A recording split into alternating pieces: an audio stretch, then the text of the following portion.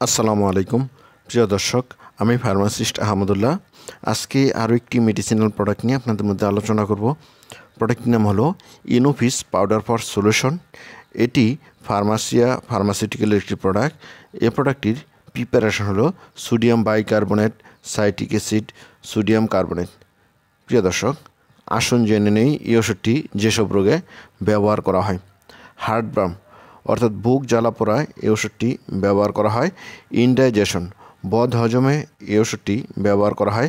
Hyper acidity অর্থাৎ উচ্চতর অ্যাসিডে এই ওষুধটি ব্যবহার করা হয়, অর্থাৎ গ্যাস্ট্রিকে এই ওষুধটি ব্যবহার করা হয়। ফ্লাটুলেন্স পেট ফাঁপায় এই ওষুধটি ব্যবহার করা হয়। প্রিয় দর্শক, এবার আসুন জেনে নেই এই ওষুধের ডোজ বা খাবার নিয়ম সম্বন্ধে। যারা প্রাপ্তবয়স্ক আছেন এবং যাদের বয়স 12 বছরের উপরে, তারা 5 গ্রামের একটি সাচেট 1 গ্লাস পানিতে গুলিয়ে খেতে পারবেন।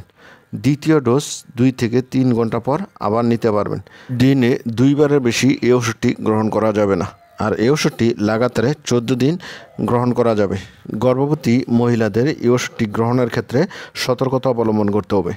বিশেষ সতর্কতা: স্বল্প মাত্রায় সোডিয়াম ডায়েট, উচ্চ রক্তচাপ কিংবা লিভার ও কিডনির রোগ অথবা হৃদরোগ থাকলে ইনোফিস ব্যবহার করা যাবে না।